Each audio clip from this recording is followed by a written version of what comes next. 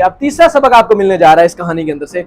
वो जैसे ही जाता है तो वो एक बार होता है, जैसे उधर जाता है वो जाके वो मशरूब वगैरह पी रहा होता है, उसको ना एक बड़ा हंसमुख सा, वो जो मिनट में आपके अपने बन जाते हैं, वैसा एक बंदा मिला। उसको कहने लगा बेफिक्र हो जाए। उसने सारी आपको उसको कहानी बताई कि मैं खजाना ढूंढने जा रहा हूँ।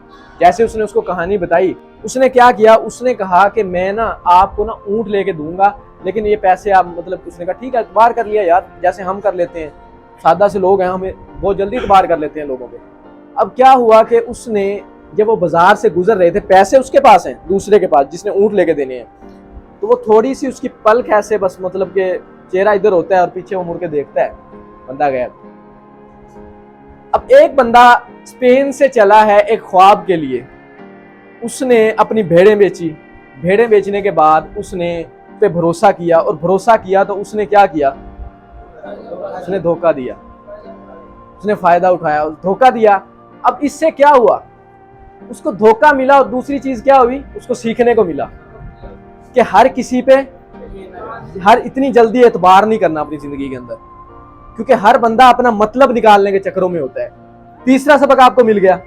अब क्या होता है, अब वो खड़ा हुआ सोच रहा है, गिले कर रहा है खुद से, वो खड़ा हुआ है, वो सोच रहा है कि तूने गलत किया, तूने अपनी एवं किसी ख्वाब के लिए तूने अपनी भेड़ें बेच दी, एवं किसी ख्वाब के लिए तूने अपनी भेड़ें बेच दी, अपना सरमाया बेच दिया, तूने ऐसे शख्स पे एतबार किया जो किसी काबिल नहीं था और उसने सब कुछ तेरा मतलब छीन लिया।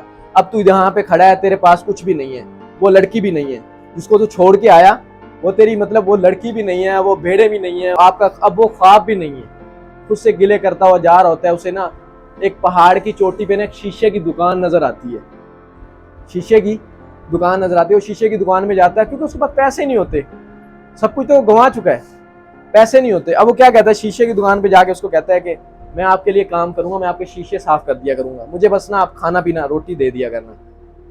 वो जो दुकानदार होता है वो कहता है ठीक है भाई और क्या चाहिए। वो शीशे वगैरह साफ करता है। जैसे ही वो उसकी दुकान के अंदर आता है, उसकी दुकान के अंदर गाहक आने लग जाते हैं। किस्मत की बात होती है, किसी इंसान का आपके साथ जुड़ना, एक बंदे की किस्मत एक ही होती है, इसीलिए कहते हैं कि टीम वर्क होता है। जब दो लोग आपके साथ जुड़ते हैं तो उसकी किस्मत आपके साथ जुड़ जाती है। और हो सकता है आपकी किस्मत में कम हो, जब वो आपके साथ जुड़े तो उसकी वजह से आपकी किस्मत में और ज्यादा होने लग जाए, क्योंकि एक एक होता है और दो 11 होती हैं। ये किसने जवाब दिया? भाई के लिए क्लैपिंग करो यार, बड़ी प्यारी बात है। ये भाई ने मेरे मुंह की बात की है, आपने 2 कहना था लेकिन 1 और 1 11 ही होती है, हकीकत इस तरह है। खैर, तो उसने शीशे वगैरह साफ किए और 1 साल तक वो ये ख्वाब सोचता रहा। और वो जो मतलब कि जिसके पास वो काम कर रहा था वो मुसलमान था, वो मुसलमान था। उसका एक ख्वाब था।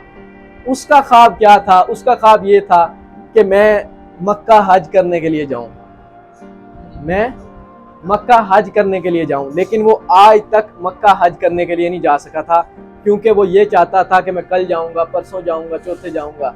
लेकिन उस गडरिये ने अपनी भेड़ें बेची, कुर्बानी दी, और उसने ये नहीं कहा कि मैं कल जाऊंगा, परसों जाऊंगा, चौथे नहीं, उसने उसी दिन से सफर स्टार्ट किया था। और 1 साल के बाद जब उसने उस गडरिये को देखा, उसने उस शीशे वाले की दुकान जिसके पास काम कर रहा था, उसके पास इतने पैसे हो गए थे, क्योंकि वो उसको पैसे देने लग गया था, उसकी दुकान की बिक्री बढ़ गई थी, उसका काम बढ़ गया था, वो उसको इतने पैसे दे रहा था कि अब उसके पास इतने पैसे थे कि वो वापिस जाके दुगना भेड़ें खरीद सकता था। पहले जितनी भेड़ें थी 100 थी ना, अब वो जाके 200 भेड़ें खरीद सकता था 1 साल के अंदर, सिर्फ 1 साल के अंदर। अब उसके पास फिर एक चांस था, फिर उसके पास एक चांस था कि या तो दोबारा से वो वही जिंदगी स्टार्ट कर दे, जाके भेड़ें चराए और वो सब कुछ, या वो उस खजाने की तलाश में निकल पड़े जो खजाना आगे उसके इंतजार में है। अब उसने क्या किया?